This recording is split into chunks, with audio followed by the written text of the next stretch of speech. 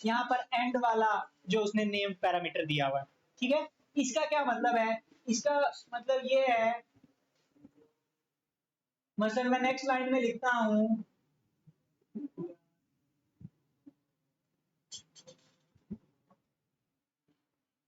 You are welcome, ठीक है।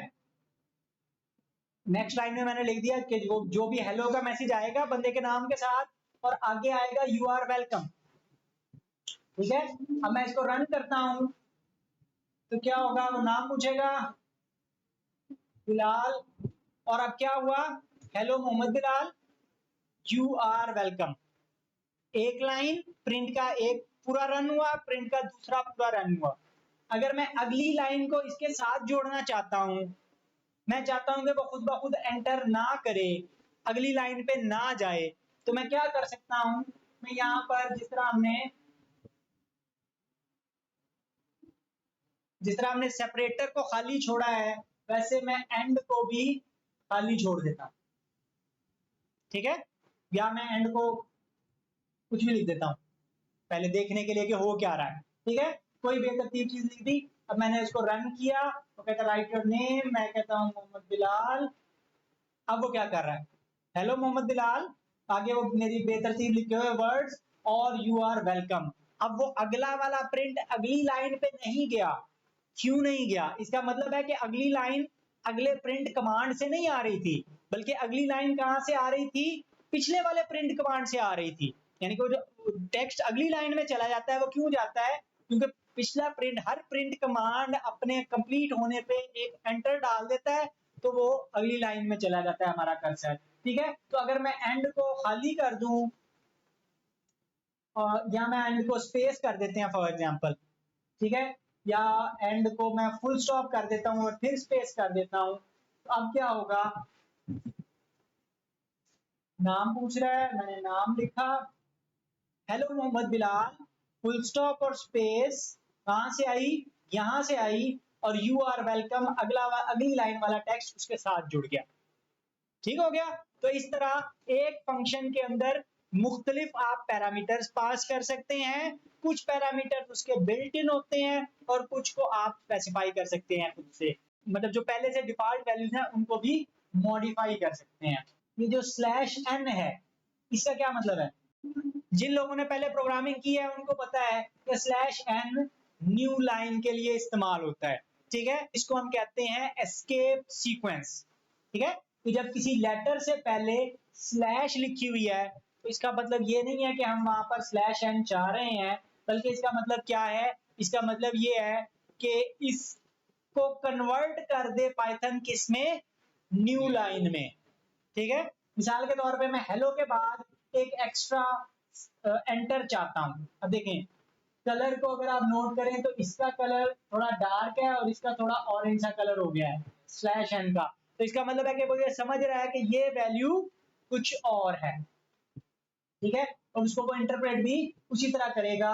मतलब मैं यहां पर इसको रन करता हूं तो पूछता है नाम, मैं बताता हूं नाम, वो क्या कर रहा है हेलो, उसके बाद उसने एंटर दे दिया, एक्स्ट्रा स्पेस ऐड की और मोहम्मद बिलाल लिख दिया, तो वो स्लैश एन कहां से आया है, ये जो हमने यहां से स्लैश एन टाइप किया था वो किस में कन्वर्ट हो गया है, न्यू लाइन में कन्वर्ट हो गया, नेक्स्ट लाइन में कन्वर्ट हो गया। अच्छा, अब अगर मैं ये चाहता हूं, मैं लिखना चाहता हूं हेलो फ्रेंड, और मैं चाहता हूं फ्रेंड को कि वो कॉमास के अंदर हो, ठीक है, फ्रेंड भी किसमें हो, कॉमास के अंदर हो,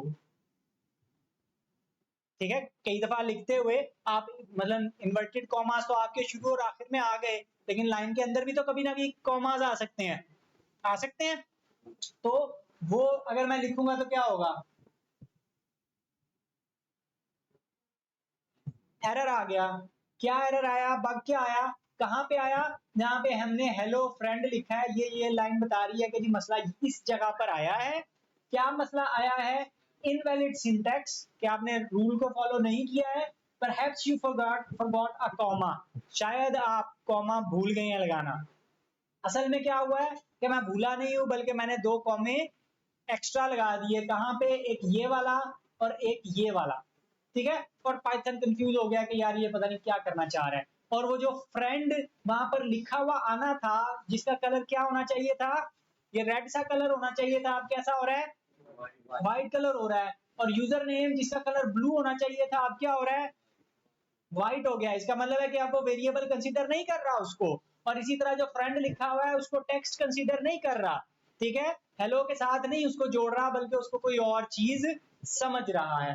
तो इसकी एक ऑप्शन तो ये हो सकती है कि अगर मैंने मिसाल के तौर पे बाहर लगाया हुआ है सिंगल कोट, ठीक है, तो मैं फ्रेंड को कर दूं डबल कोट अंदर उसके, तो अब देखें अभी कलर कैसा है, सेम रहा है, चेंज नहीं हुआ।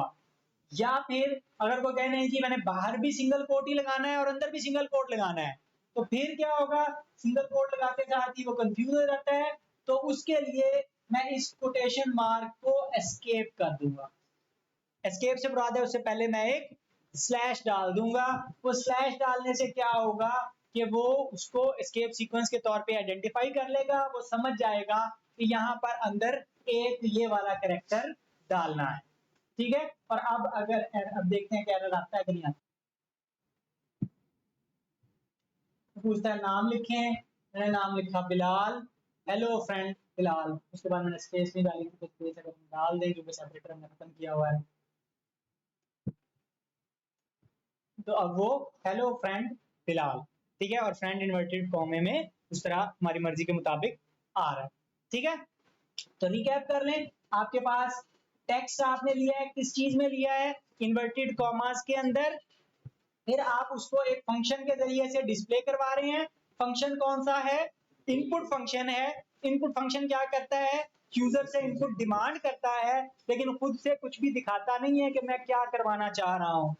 तो ये आपने उसको बताना है कि आपने यहाँ पर क्या लिखना है। तो आपने यूजर से वो चीज राइट करवा दी, लिखवा ली, उस इंफॉर्मेशन को उठाकर आप ले गए एक वेरिएबल में, किसके थ्रू, एक असाइनमेंट ऑपरेटर के थ्रू, इक्वल के थ्रू, ठीक है। वो वैल्यू आ गई यूजर नेम में, साथ फिर आपने उस इंफॉर्मेशन को क्लीन या प्रोसेस किया मुख्तलिफ उसके बिल्ट इन फंक्शन से।